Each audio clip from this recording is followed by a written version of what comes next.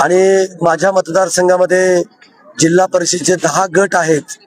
आणि 10 गटामध्ये मी प्रचार आणि प्रसार करण्याचं काम मी त्या ठिकाणी करतोय आणि जनतेचा प्रचंड मोठा प्रतिसाद त्या ठिकाणी आम्हाला मिळतोय आणि विकास कामावरती लोक मतदान करण्याच्या मानसिकतेमध्ये त्या ठिकाणी आहेत आणि मला खात्री आहे की भारतीय जनता पार्टी आणि राष्ट्रवादी काँग्रेस पक्षाचे सर्वच्या सर्व उमेदवार त्या ठिकाणी निवडून येतील अशी मला या ठिकाणी खात्री त्या ठिकाणी वाटते। उदगीरमध्ये 4 सीट भारतीय जनता पार्टी लढवते आणि 3 सीट राष्ट्रवादी काँग्रेस पार्टी त्या ठिकाणी लढवते आणि मला वाटतंय 7च्या 7 आणि 14च्या 14 पंचायत समिती ह्या महायुतीच्या या ठिकाणी निवडून येतील आणि जळकोटमध्ये सुद्धा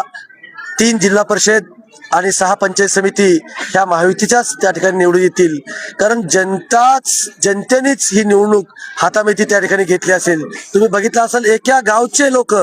2 ते 2.5 हजार लोक आजच्या सभेला या ठिकाणी उपस्थित होते म्हणजे एवढा चांगला मोठा प्रतिसाद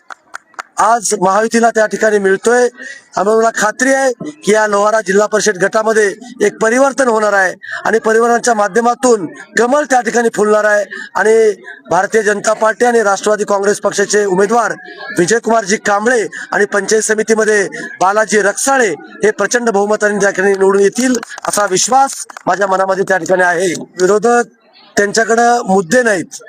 विकासावर तर ते बोलू शकत नाहीत, म्हणून क्वचित काहीतरी चुकीचं अफवा पसरवण्याचं काम त्यांच्या माध्यमातून त्या ठिकाणी होत आहे आणि ते अफवा पसरवण्याचंच काम ते फक्त करू शकतात।